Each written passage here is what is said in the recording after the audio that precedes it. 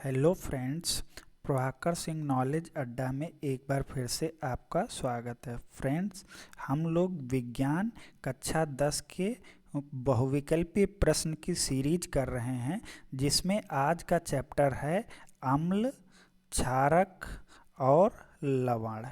ठीक है, तो फ्रेंड्स ये जो हम लोग टॉपिक कर रहे हैं, इसमें जितने भी आपके प्रीवियस ईयर में पूछे गए एमसीक्यू यानी बहुविकल्पीय प्रश्न हैं, उनको और साथ में उनसे रिलेटेड जो क्वेश्चन बन सकते हैं उन सब को शामिल किया गया है। तो हर एक क्वेश्चन बहुत इम्पॉर्टेंट है, यहाँ से आप अपनी तैयारी को और अच्छा कर सकते हैं। यहाँ पर हम क्वेश्चन से जुड़ा हुआ कॉन्सेप्ट पढ़ेंगे और साथ में उसको याद करने की ट्रिक भी देखेंगे। ठीक है, और उससे रिलेटेड सभी फैक्ट पढ़ेंगे जिससे हमारा क्वेश्चन गलत ना हो। तो आइए वीडियो को शुरू करते हैं।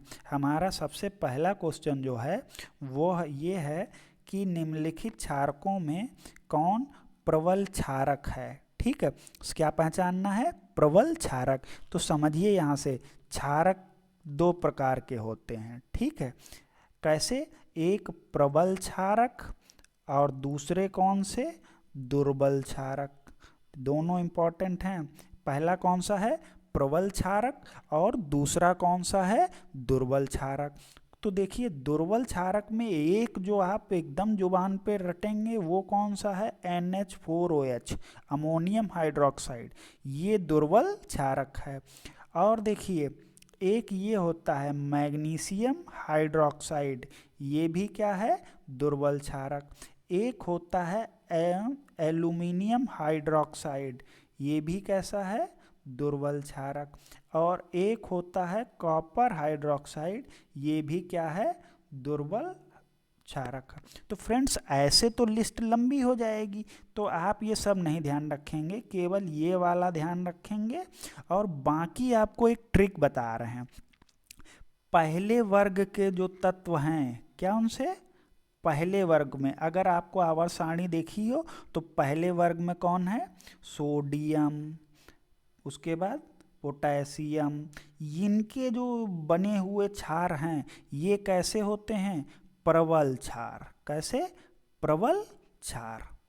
कैसे होंगे? प्रबल क्षार। तो अब देखिए, यहाँ से एक आप ये याद रखें, ये जो इधर नाम लिखे गए किसके हैं? दुर्बल क्षार के। और इनसे बनने वाले क्षार जो हैं वो कैसे हैं? प्रबल क्षार, पहले वर्ग के तत्वों से। तो देखिए, NH4OH ये किस में है? दुर्बल में, यानी ये आंसर नहीं है। NaOH, देखिए हमको हमारा आंसर यहीं पे मिल गया। NaOH, Na किस ग्रुप में है? पहले वर्ग में है।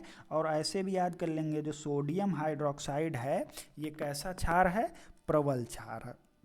तो यहाँ पे आपको बताया क्या गया कि सोडियम और पोटेशियम से निर्मित जो क्षार होंगे, या फिर पहले ग्रुप के और भी जो तत्व हैं उनसे बने हुए क्षार कैसे होंगे? प्रबल क्षार होंगे। और ये जो क्षार लिखे हैं ये कैसे क्षार हैं? दुर्बल क्षार हैं। ठीक है, तो ये चीज़ आप ध्यान रखेंगे। और प्रबल क्षार होते क्या हैं? जो अपने आयनों में पूरी तरह से टूट जाते हैं, वो क्या होंगे? प्रबल क्षार। और दुर्बल क्षार क्या होते हैं? जो अपने आयनों में पूरी तरह नहीं टूटते हैं। ठीक है, तो जो अपने आयनों में टूट जाए वो प्रबल क्षार, जो अपने आयनों में पूरी तरह ना टूटे वो कौन सा? दुर्बल क्षार। नेक्स्ट क्वेश्चन करते हैं हम लोग। तो देखिए, नेक्स्ट क्वेश्चन ये है हमारा कि क्या निम्नलिखित में कौन क्षारक नहीं है। तो इम्पॉर्टेंट क्वेश्चन है। अभी आपको क्या बताया गया था? प्रबल क्षार और दुर्बल क्षार। अब क्षारक नहीं है या है, ये कैसे पता करेंगे? तो क्षारक होने के लिए पहली शर्त क्या है कि उसके पास OH माइनस आयन होना चाहिए। ठीक है, अगर उसके पास OH माइनस आयन है तो हम क्या कह देंगे? ये कैसा होगा? क्षारीय होगा। ठीक है, दूसरा याद रखें, जितने भी धातु के ऑक्साइड हैं, फ्रेंड्स ये कोई नहीं बताएगा, ये वाला तो सब लोग बताते हैं, पर ये वाला टॉपिक जल्दी नहीं कोई बताता है। तो जो भी धातुओं के ऑक्साइड हैं, क्या हैं? धातुओं के ऑक्साइड हैं, वो कैसे होते हैं? क्षारीय होंगे। इंपॉर्टेंट पॉइंट है, धातुओं के ऑक्साइड कैसे होते हैं? क्षारीय होते हैं। ठीक है, तो अब यहाँ से क्षारक के बारे में आपने कितने पॉइंट सीखे? 2। तो देखिए इसके अंदर OH आयन है, यानी ये तो क्षारक होगा। ये देखिए इसके अंदर OH आयन है, यानी ये भी क्षारक होगा। और ये देखिए जिंक धातु है और ये उसका ऑक्साइड, यानी ये भी क्षारक होगा। तो फिर जो हमारा आंसर है वो NaCl है। NaCl धातु नहीं है, ये क्या है? एक लवण है। तो हमारा आंसर मिल गया। तो क्षारक के बारे में आपको सीखने को क्या मिला? इसके अंदर OH आयन होंगे या फिर जो धातुएं हैं उनके ऑक्साइड होंगे, तो वो सब कैसे होंगे? क्षारीय होंगे। ठीक है फ्रेंड्स, नेक्स्ट क्वेश्चन करते हैं। सभी क्वेश्चन बहुत बढ़िया हैं। अब ये देखिए, निम्नलिखित अम्लों में कौन प्रबल अम्ल है? तो बहुत इंपॉर्टेंट है। अभी हम लोगों ने क्षार के बारे में पढ़ा था, अब हम लोग यहाँ पढ़ रहे हैं अम्ल के बारे में। तो अम्ल भी 2 प्रकार के होंगे। एक कौन से होंगे? दुर्बल अम्ल। और दूसरे अम्ल कौन से होंगे? प्रबल अम्ल। ठीक है, तो यहाँ पर जो इम्पॉर्टेंट है वो आप 2-3 नाम बड़े आसानी से याद कर सकते हैं, जो हम लोग बहुत प्रयोग भी करते हैं। एक होता है HCl, जिसको क्या कहते हैं? हाइड्रोक्लोरिक अम्ल। दूसरा आप याद रखेंगे H2SO4। ठीक है, ये होता है सल्फ्यूरिक अम्ल। और तीसरा आप जो याद करेंगे वो HNO3। ये कैसा होता है? नाइट्रिक अम्ल इसका नाम है, और ये भी प्रबल अम्ल है। तो आप 3 जो ये नाम हैं इनको एकदम याद कर लें। ये कैसे अम्ल हैं? प्रबल अम्ल हैं। अब दुर्बल अम्ल याद करिए, जितने भी प्राकृतिक स्रोत से मिलते हैं, ये ट्रिक बता रहे हैं, प्राकृतिक स्रोत से जो भी अम्ल प्राप्त होते हैं उनको क्या कहते हैं? दुर्बल अम्ल। जैसे लैक्टिक अम्ल, ये कहाँ से मिलता है? दूध, जो कि एक प्राकृतिक स्रोत है। ठीक है, एस्कॉर्बिक एसिड, ये विटामिन में पाया जाता है। फॉर्मिक अम्ल, ये कहाँ पाया जाता है? नोट करिएगा, जो मधुमक्खी या फिर लाल चींटी होती है उसके अंदर पाया जाता है। यानी इन सब के क्या है? प्राकृतिक स्रोत हैं। तो जो बचा हुआ सिर्फ है क्या? सल्फ्यूरिक अम्ल। ये देखिए, ये यहाँ इसका नाम होता है सल्फ्यूरिक अम्ल। तो ये कैसा है? प्रबल अम्ल। बाकी ये और ये सब क्या हैं? कैसे हैं? दुर्बल अम्ल है। तो प्रबल अम्ल के बारे में सिर्फ आप ये 3 नाम याद रखेंगे, ये वाले हैं प्रबल अम्ल। उसके अलावा जितने भी चीज़ें प्राकृतिक स्रोतों से मिलती हैं, जैसे लैक्टिक अम्ल क्या बताया? दूध से मिलता है। एस्कॉर्बिक एसिड एक विटामिन होती है। और ये फॉर्मिक अम्ल, ये कहाँ? लाल चींटी के अंदर पाया जाता है। ये भी पेपर में पूछे गए हैं कि फॉर्मिक अम्ल का स्रोत क्या है, तो कहेंगे लाल चींटी। ठीक है, या फिर मधुमक्खी के डंक में पाया जाता है। तो यहाँ पर आपको प्रबल अम्ल और दुर्बल अम्ल दोनों के उदाहरण मिले, जो कि वेरी इंपॉर्टेंट है। ठीक है, नेक्स्ट क्वेश्चन करते हैं। निम्नलिखित में सेहत का कौन सा मान क्षारक विलयन का? ये सेहत नहीं है फ्रेंड्स, यहाँ पर लिखा है pH। क्या लिखा है? pH। तो pH का कौन सा मान क्षारक विलयन को बताता है? तो याद रखिए, pH मान के बारे में आपको कॉन्सेप्ट क्लियर करते हैं। pH एक पैमाना होता है। ठीक है, पैमाना माने स्केल होती है। ठीक, इस स्केल में क्या होता है? 0 से लेके 14 तक की गिनतियां होती हैं, 0 से 14 तक, और बीच में क्या नंबर होता है? 7। तो आप समझिएगा, 0 से लेके 7 तक ये क्या होते हैं? अम्ल। यानी अगर किसी विलयन का मान 0 से 7 के बीच है तो वो कैसा होगा? अम्लीय होगा। और अगर उसका मान 7 से 14 तक है तो वो कैसा होगा? क्षारीय होगा। ठीक है, इतनी बात। और अगर 7 है तो क्या होगा? उदासीन होगा। ये इंपॉर्टेंट क्वेश्चन है, और यहाँ से देखिए क्वेश्चन आपके सामने है। क्षारीय पहचानना है, तो क्षारीय मतलब वो किससे होगा? 7 से बड़ा होगा। यानी 7 से बड़ा ये नहीं है, ये तो 7 ही है, ये भी 7 से कम है। 7 से बड़ा कौन सा है? ये वाला। तो यानी यही कैसा होगा? क्षारीय होगा। अगर 7 से छोटा होता तो अम्लीय हो जाता, 7 होता तो उदासीन, और 7 से बड़ा तो क्षारीय। ये इंपॉर्टेंट है फ्रेंड्स, ये चार्ट आप बना लेंगे। ठीक है, नेक्स्ट क्वेश्चन करते हैं। कौन सा लवण है? ठीक है, कौन सा लवण है? तो अब यहाँ पर आपको लवण देखिए, एक तरीका तो है आप रट लें, और दूसरा तरीका क्या है हम आपको बता रहे हैं कि ट्रिक क्या है। ठीक है, लवण पहचानने की ट्रिक। तो देखिए, जो लवण होगा उसके दो पार्ट होंगे, एक प्लस पार्ट होगा और दूसरा माइनस पार्ट होगा, यानी एक धनायन भाग होगा दूसरा ऋण आएगा। जो धनायन होगा वो H प्लस नहीं होगा, मोस्ट इम्पॉर्टेंट, जो धनायन होगा वो H प्लस नहीं होगा, ठीक। और जो ऋणायन है वो OH माइनस नहीं होगा। समझिएगा ध्यान से, बड़ी अच्छी बात है कि अगर धनायन तो होगा लेकिन धनायन वो H प्लस नहीं होगा, ऐसे यहाँ ऋणायन तो होगा लेकिन ऋणायन OH नहीं होगा। जैसे HCl में देखिए तो यहाँ पे H प्लस मिल रहा है, तो H प्लस मिल रहा है तब तो ये अम्ल हो गया, यानी ये हमारा आंसर नहीं है। इसके अंदर देखिए OH मिल रहा है, यानी ये तो क्षार है, ये भी हमारा आंसर नहीं है। अब देखिए इसके अंदर देखिए OH मिल रहा है, यानी ये भी क्षार है, तो ये हमारा आंसर नहीं है, तो बचा हुआ ही हमारा आंसर होगा। अब देखिए आपको समझाते हैं ये हमारा आंसर कैसे हुआ, तो ये बात समझने की कोशिश करिएगा। हमने अभी परिभाषा में क्या पढ़ा इसकी, कि इसके अंदर दो पार्ट होंगे, एक प्लस वाला एक माइनस वाला। तो देखिए लिखा हमने क्या, K2SO4।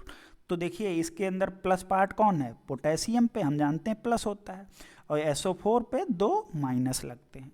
तो देखिए प्लस पार्ट भी है और माइनस पार्ट भी है, ठीक है। लेकिन प्लस वाला क्या हाइड्रोजन है, नहीं है, ये तो क्या प्लस वाला तो पोटेशियम है, और माइनस वाला OH नहीं होगा। देखिए OH नहीं है, यहाँ पे क्या है SO4। तो बस इस तरह से आप लवण को पहचान सकते हैं, यानी उसके अंदर प्लस माइनस तो होंगे लेकिन प्लस माइनस हाइड्रोजन और OH के अलावा होंगे, ठीक है, ये लोग नहीं होंगे। तो आपको तीनों को पहचानने की ट्रिक बता दी है। नेक्स्ट क्वेश्चन है, किसी भी उदासीन विलयन का मान होता है। तो अभी हमने पढ़ा अगर pH क्या है, 7 से कम है, 7 से कम है, या फिर 7 है, और या फिर 7 से अधिक है, यही तीन केस पढ़े थे। तो एक बार फिर से आपका रिवाइज करवाते हैं। तो देखिए अगर 7 से कम है तो अम्ल होगा, और अगर 7 है तो उदासीन होगा, और अगर 7 से अधिक है तो क्षारीय होगा। इंपॉर्टेंट। तो pH मान उदासीन का पूछा है, उदासीन का कितना होता है, 7 होता है। फ्रेंड्स यहाँ पर आपको ट्रिक, बेस्ट ट्रिक और कॉन्सेप्ट बताए जाएंगे, ठीक है। तो इस चैनल पे आप जुड़ के अपनी तैयारी को अच्छा कर सकते हैं। आइए, कोई विलयन नीले लिटमस पेपर को लाल कर देता है। तो अब बताइए ऐसे कौन जो मतलब हम लोगों ने पढ़े हैं जो नीले लिटमस को लाल कर देते हैं। तो ये बात तो हमने किसके बारे में पढ़ी है, अम्ल के बारे में। ये क्या करता है, नीले लिटमस को, कैसे, नीले लिटमस पेपर को क्या कर देता है, लाल कर देता है, ठीक। आप ध्यान से देखिए। और अभी हमने पढ़ा अम्ल का जो pH होता है वो क्या होता है, अम्ल का pH 7 से कम होता है, यही तो पढ़ा है। तो देखो नीले को लाल कर देता है यानी अम्ल होगा, अम्ल का pH क्या होता है, 7 से कम, ये तो नहीं है, ये तो 7 है, ये भी 7 से ज़्यादा है, ये 7 से कम, हमको क्या ढूंढना है, 7 से कम, यही तो है 7 से कम। तो देखिए आंसर हो गया। तो फ्रेंड्स बहुत इंपॉर्टेंट क्वेश्चंस हैं, आप इनको प्रैक्टिस करके पूरा कॉन्सेप्ट सीख सकते हैं, आपको कुछ भी रटना नहीं पड़ेगा। अगला देखिए, कौन सा आयन, इंपॉर्टेंट है, केवल घुमा के पूछा गया है, कौन सा आयन लाल लिटमस को नीला कर देता है। एक बात बताइए, लाल लिटमस को नीला कौन करता है, ये किसकी परिभाषा है, लाल लिटमस को क्या कर दे, नीला कर दे, उसको हम लोग क्या कहते हैं, लाल लिटमस को नीला कौन करता है, क्षार, ठीक, या फिर क्षारक। ये क्या करते हैं, लाल लिटमस को नीला कर देते हैं। और इनका जो क्षार की पहचान क्या होती है, इसके अंदर कौन सा आयन होता है, OH माइनस। क्षार के अंदर कौन सा आयन होता है, तो देखिए कितना क्वेश्चन घुमा के पूछा है कि क्षार के अंदर कौन, मतलब डायरेक्ट क्षार नहीं लिखा, कौन सा आयन होता है जो लाल लिटमस को नीला कर देता है, ठीक है। तो आयन कौन सा होता है, OH माइनस आयन होता है, वो क्या कर देता है, लाल लिटमस को नीला कर देता है। यानी वो क्षारक की ही बात कहना चाह रहा था, पर देखिए कितने घुमा के कहा है। तो ऐसे ही कॉन्सेप्ट और ट्रिक के साथ अगर आप साइंस पढ़ना चाहते हैं तो हमारे चैनल से जुड़ सकते हैं, ठीक है। नेक्स्ट क्वेश्चन, लवण Na2CO3 का जलीय विलयन pH कितना होगा? अब देखिए लवण है, बहुत लोग कहते हैं कि लवण कैसे होते हैं, उदासीन होते हैं, लेकिन ये बात गलत है पूरी तरह से। लवण भी अम्लीय भी हो सकते हैं, ठीक है, और लवण कैसे हो सकते हैं, क्षारीय भी हो सकते हैं, और लवण कैसे हो सकते हैं, उदासीन भी हो सकते हैं। ये इम्पॉर्टेंट है लवण के बारे में। तो पहला बात आप समझे कि लवण जो हैं अम्लीय हो सकते हैं, क्षारीय हो सकते हैं, उदासीन हो सकते हैं, ठीक है। अब कब ये अम्लीय, क्षारीय और उदासीन होंगे इसको हम लोग देखते हैं, ठीक है। तो देखिए ध्यान से, आप समझिए इसको। देखिए अगर आपने क्या किया, लवण लिया, ठीक, Na2CO3, अब इसके अंदर आप पानी डाल देंगे। तो पानी को देखिए कैसे लिखेंगे, HOH करके, ओके। तो पानी को कैसे लिखा, H2O होता है तो उसको ऐसे भी लिखा जा सकता है। अब ध्यान से देखिए, आपको रिएक्शन करना कितना आसानी से सिखाते हैं। तो देखिए Na पे कैसा चार्ज आता है, प्लस, और CO3 पे लगते हैं 2 माइनस। H के ऊपर आता है 1 प्लस और OH पे आता है माइनस। रिएक्शन कुछ नहीं होती, बस प्लस माइनस को आपको मिलाना है। तो बोलिए Na जब यहाँ है, ये प्लस का है, ये किससे मिलेगा, माइनस यानी OH के साथ। तो देखिए ये बन गया NaOH। अब देखिए यहाँ H है और यहाँ क्या है, CO3। अब देखिए इस पे 2 माइनस हैं तो उसके 2 कहाँ लिखे जाएंगे, यहाँ पे। तो ये बन गया H2CO3। अब देखिए ध्यान से, ये कैसा है, ये क्या है, प्रबल क्षार है। क्या है, प्रबल क्षार। और ये क्या है, दुर्बल अम्ल है। तो सही है, ये बात आपने पता कर लेनी। कोई भी लवण आपको दें, आप उसके अंदर पानी डाल के चेक कर लेंगे। तो अब बताइए, प्रबल क्षार और दुर्बल अम्ल की लड़ाई में कौन जीतेगा? हमेशा प्रबल वाला जीतता है, ठीक है। तो कौन जीतेगा, प्रबल क्षार, यानी विलयन कैसा हो जाएगा, क्षारीय हो जाएगा। और क्षारीय हो गया तो उसका pH मान कितना होगा, 7 से अधिक हो जाएगा, ठीक है। बहुत अच्छे तरीके से हम लोग कॉन्सेप्ट के साथ साइंस सीख रहे हैं। और अगर आप एक बार कॉन्सेप्ट सीख लेते हैं तो उसके बाद आपका कोई भी क्वेश्चन गलत नहीं होगा, ठीक है। सारे फैक्ट बताए जा रहे हैं, उसके बाद इस कॉन्सेप्ट से कोई भी क्वेश्चन गलत नहीं होगा, ठीक है। तो आपने लवण के बारे में पहचानना, क्या करना, जो भी आपको लवण दिया जाए उसमें आप HOH डाल के देख लें। तो इनको प्लस माइनस में तोड़ लिया और इधर प्लस माइनस में तोड़ लें, बस प्लस माइनस को मिलाइए। जैसे यहाँ Na था, ये Na किससे मिलेगा, माइनस वाले से, यानी NaOH बन गया। और ये H प्लस किससे मिलेगा, CO3 थे, तो ये बन गया H2CO3। अब देखिए 2 क्यों लगाया, क्योंकि जितने माइनस होते हैं वो इसके पास लिखे जाते हैं, ठीक है। तो यहाँ पे बना H2CO3। अब देखना है जो प्रबल वाला होगा उसी का प्रभाव रहेगा। तो यानी प्रबल कौन है, क्षार, तो क्षारीय हो जाएगा विलयन, और क्षारीय का pH कितना होता है, 7 से ज़्यादा। अगर आपको कोई स्टेप नहीं समझ आती, आप वीडियो को फिर से देख सकते हैं, और फिर भी कोई प्रॉब्लम रहती तो कमेंट करके बता सकते हैं। निम्नलिखित में कौन से धातु ठंडे जल से अभिक्रिया करके धातु के हाइड्रोक्साइड बनाएंगे? वेरी इंपॉर्टेंट क्वेश्चन है कि ठंडे जल से ही अभिक्रियाएं, अधिकतर अभिक्रियाओं के लिए गर्म जल चाहिए होता है, यानी उनको हल्का सा गर्म करना पड़ता है। लेकिन कौन धातु है जो ठंडे जल से ही अभिक्रिया कर लेती है? तो याद करेंगे, सोडियम और पोटेशियम, ये धातुएं इतनी क्रियाशील होती हैं, समझिएगा, क्रियाशील होती हैं कि ये ठंडे पानी के साथ ही अभिक्रिया कर लेती हैं। यही कारण है सोडियम को कहाँ, मिट्टी के तेल में रखा जाता है। कहाँ रखते हैं, मिट्टी के तेल में। क्यों, पानी के संपर्क में आते ही ये क्या कर लेता है, अभिक्रिया कर लेता है और जलने लगता है। तो सोचिए कितना अभिक्रियाशील होगा। तो हमारा जवाब होगा सोडियम और मैग्नीशियम ठंडे जल से ही अभिक्रिया कर लेते हैं। कौन? सोडियम और पोटेशियम। ठीक है, नेक्स्ट क्वेश्चन करते हैं। देखिए, निम्नलिखित में कौन एक से अधिक अम्लीय लवण बनाएगा?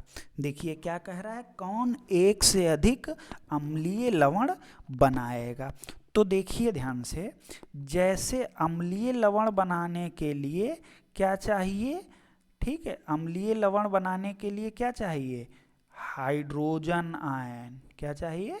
Hydrogen ion. ठीक है, तो एक बात बताइए, जैसे एसिटिक अम्ल है, ये सिर्फ एक ही तो H देगा, सही? ये देखिए, ये भी अम्ल है, ये भी केवल एक ही तो H देगा। और ये तो हमने पढ़ा था अभी, क्षार है, ये तो एक को नहीं देगा। इसके पास देखिए, ये कितने H दे रहा है? 3H प्लस देगा। तो अब आप अपने आप बता सकते हैं कौन एक से अधिक अम्लीय लवण बनाएगा? यही वाला बनाएगा। ठीक है, कैसे पहचानना? अम्लीय लवण बनाने के लिए हमको क्या देखना है? किसके पास H प्लस है। तो यहाँ है तो, मगर कितना है? देखिए, इसके पास सिर्फ एक H प्लस है। यहाँ कितना है? एक। इसके पास भी H प्लस है, मगर कितना है? एक।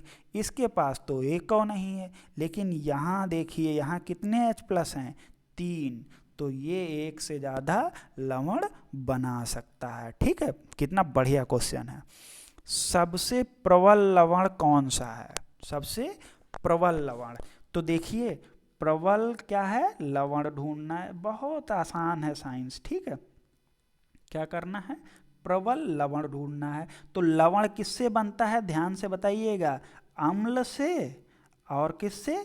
क्षार से। भाई, अम्ल और क्षार को आपस में मिलाएंगे तभी तो लवण तथा जल बनता है। तो अम्ल हो गया, लवण। अब यहाँ देखिए, इसने कहा प्रबल अम्ल, प्रबल लवण, तो बस आपको क्या करना भैया, ये भी प्रबल लेना है और ये भी कैसा लेना है? प्रबल ही लेना है। तो अब देखिए, दोनों जिसके अंदर प्रबल होंगे, बस समझो वही हमारा आंसर होगा। तो ये सब क्या है? लवण। लवण में कैसे चेक किया जाता है? हमेशा पानी डाल के। कैसे? पानी डाल के। तो आप बताओ, NaCl में क्या डालना है? पानी डालना है। ठीक है, तो पानी का सूत्र हमेशा यही लिखेंगे, H और OH। अब देखो, Na प्लस में टूटता है, Cl माइनस में, ऐसे ही H प्लस में टूटेगा और OH माइनस में। तो ये प्लस किसके साथ रिएक्शन करेगा? इस माइनस के साथ। तो यहाँ क्या बनेगा? NaOH। ठीक, और ये जो प्लस है ये किसके साथ? इस माइनस के साथ, यानी यहाँ क्या बनेगा? HCl। अब आप देख के बताएंगे, ध्यान से थोड़ा देखिएगा। NaOH क्या है? एक प्रबल क्षार है। क्या है? प्रबल क्षार। और HCl क्या है? ये प्रबल अम्ल है। तो यानी देखो, ये भी प्रबल है और ये भी प्रबल है, तो ये जब मिलेंगे तो क्या, जो लवण बनेगा वो भी प्रबल होगा। यानी जो हमारा आंसर होगा वो कौन सा होगा? कौन सा होगा? NaCl। ठीक है, क्यों? क्योंकि ये किससे बना है? प्रबल अम्ल और प्रबल क्षार से बना है। ठीक है, तो फ्रेंड्स, ये चैप्टर बहुत इंटरेस्टिंग है और बहुत कुछ सीखने के लिए है। द्विक्षारकीय अम्ल क्या है? Most important question. अब देखिए, द्विक्षारकीय पूछे या त्रिक्षारकीय पूछे, कुछ भी पूछे, ठीक है, तो आपको क्या करना है? H प्लस गिनने हैं। अगर इसके अंदर एक H प्लस है, क्या है? एक H प्लस है, तो ये कैसा होगा? एक क्षारकीय। कैसा होगा? एक क्षारकीय। ठीक, और अगर इसके अंदर दो H प्लस हैं तो ये कैसा हो जाएगा? द्विक्षारकीय। कितना आसान है। और अगर इसके अंदर 3 H प्लस हैं तो ये कैसा हो जाएगा? त्रिक्षारकीय। ठीक है, तो आप बताइए, इसके अंदर कितने H प्लस आएंगे? एक H प्लस आएगा। ठीक, इसके अंदर देखिए कितने आ रहे हैं? 3 H प्लस दिख रहे हैं। इसके अंदर कितने हैं? एक H प्लस है। और यहाँ से कितने मिल रहे हैं बताइए? ये 2 H प्लस देगा। तो द्विक्षारकीय कौन सा है? बोलिए। डाइबेसिक कौन सा है? तो इस तरह से